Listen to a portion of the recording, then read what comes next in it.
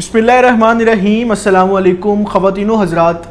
मैं मोहम्मद शहजाद अब्बास हूँ और आप देख रहे हैं मेरा official YouTube channel. International politics और इंटरनेशनल रिलेशन सीरीज़ में ईरान और इसराइल के इस वक्त मौजूदा हालात के साथ मैं आपको खुशामदीद कहता हूँ। और अपनी इस वीडियो में आज मैं आपके सामने एक ऐसी ख़बर रखने जा रहा हूँ जो अब तक ईरान और इसराइल के ताल्लुकात में इससे पहले नहीं थी। हम पिछले कोई 3-4 माह से और उससे पहले जब से न्यूक्लियर प्लांट अपना शुरू किया है तब से ये देख रहे हैं कि इसराइल ख़ास तौर पे पूरी दुनिया के अंदर कभी किसी मुल्क जाता है, कभी किसी से बात करता है, कभी यूएस के पास जाता है, कभी ब्रिटिश के पास जाता है, कभी यूरोपियन यूनियन में जाता है कि ईरान जो है वो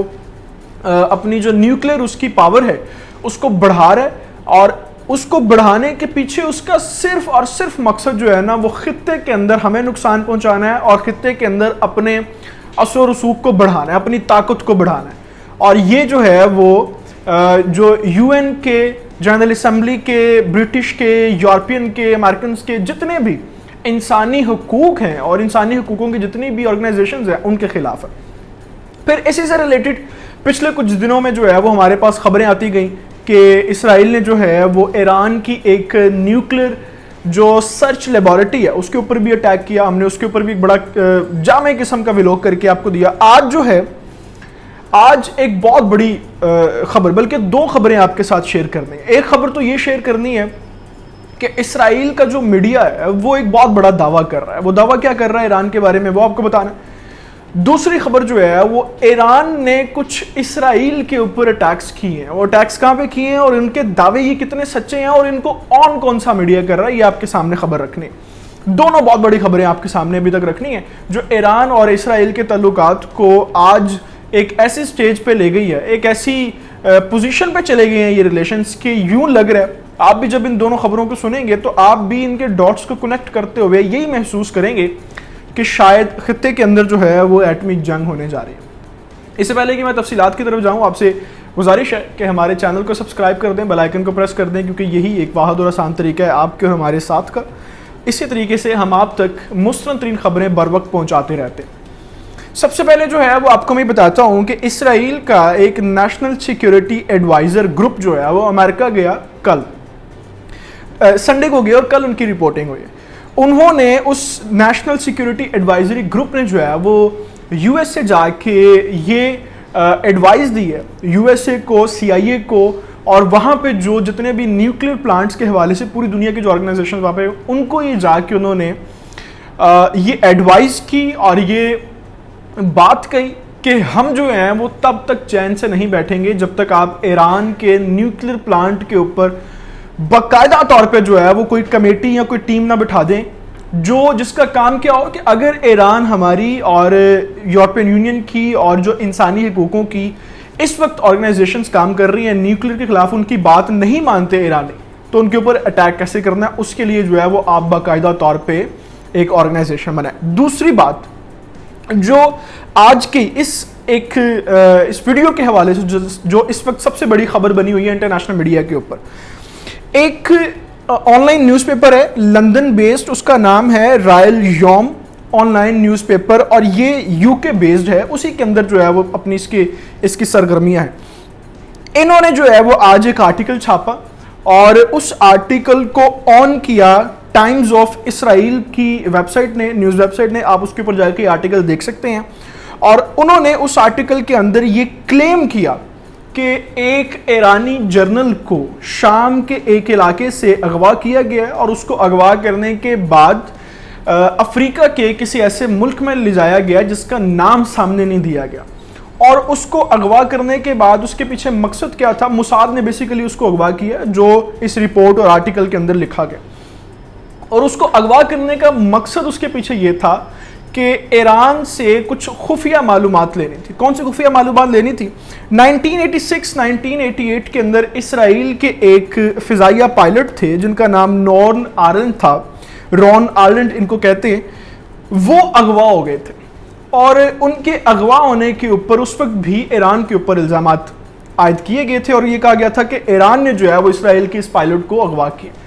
उस पायलट के अगेंस्ट ये कार्रवाई اسرائیل کی طرف سے کی گئی کہ ایرانی جرنل کو جو ہے وہ کڈنیپ کیا گیا اور شام سے ان کو اغوا کر کے افریقہ کے کسی ملک میں لے جایا گیا اور وہاں پہ جا کے ان سے پوچھ تاچھ کی گئی،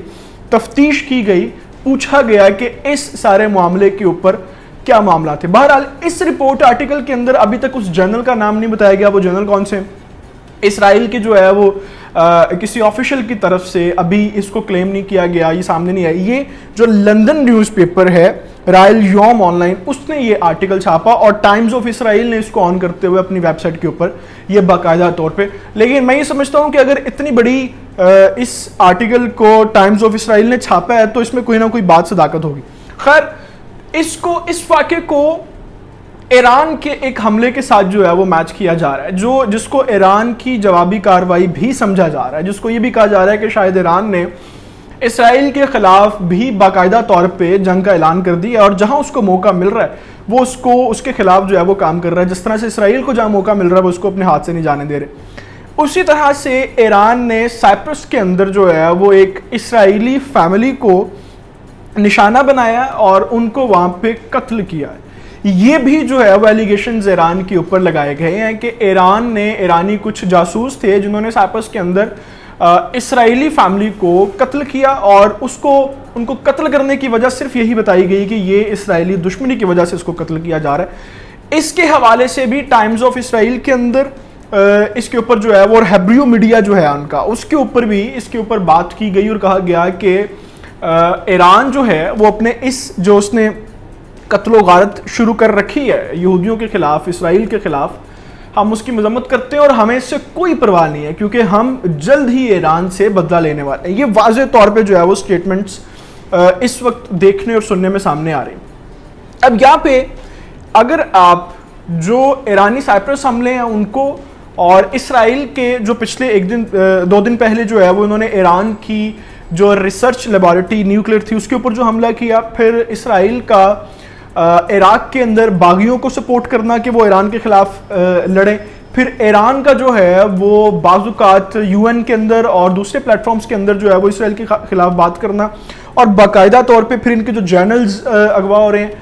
تو یہ ساری جو سچویشن اس وقت بننے جا رہی ہے خطے کے اندر، یہ مجھے نہیں لگتا کہ کسی بڑی جھڑپ اور کسی بڑی جنگ سے پہلے تھم جائے۔ یہ ایک